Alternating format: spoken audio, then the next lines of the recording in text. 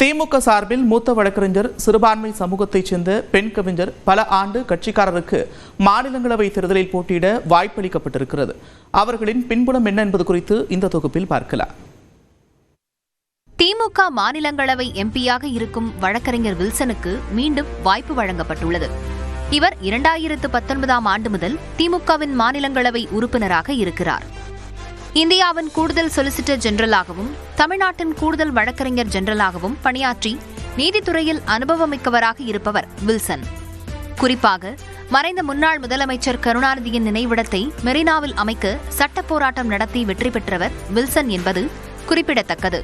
திமுக சார்பில் கவிஞர் சல்மா என்கிற ரொக்கையா மாலிக்கிற்கு இந்த முறை வாய்ப்பு வழங்கப்பட்டுள்ளது.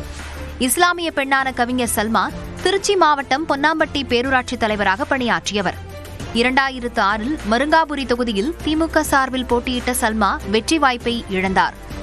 தமிழ்நாடு சமூக நல வாரிய தலைவராகவும் இவர் பணியாற்றியிருக்கிறார்.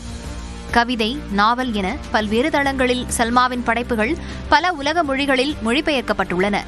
நீண்ட காலமாக திமுகவில் பணியாற்றி வரும் கவிஞர் சல்மா திமுக ஊடக பிரிவு இணைச் செயலாளராகவும் செய்தி தொடர்பாளராகவும் உள்ளார்.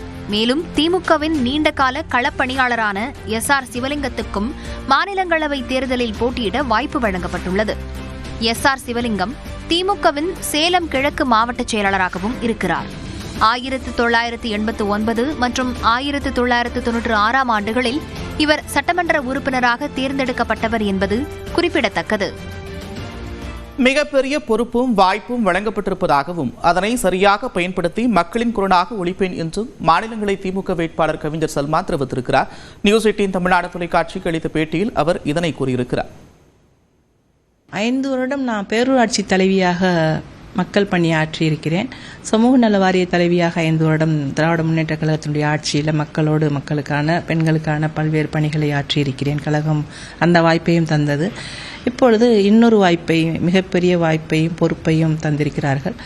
நிச்சயமாக நம்ம முன்னாடி சொல்றது போல தான், நான் கழகத்தினுடைய குரலாக மக்கள் நலன் சார்ந்து தான் எப்போவுமே திராவிட முன்னேற்ற கழகத்தினுடைய குரல் எழும்பிக்கிட்டே இருக்கும். பாராளுமன்றத்திலாக இருக்கட்டும், ராஜ்யசபாவாக இருக்கட்டும், அவர்களுடைய குரலாக மக்கள் நலன் சார்ந்த எந்த விஷயங்கள்லாம் முன்னெடுத்துட்டு போகிறாங்களோ அது நான் என்னுடைய பங்களிப்பையும் நான் செலுத்துவேன்.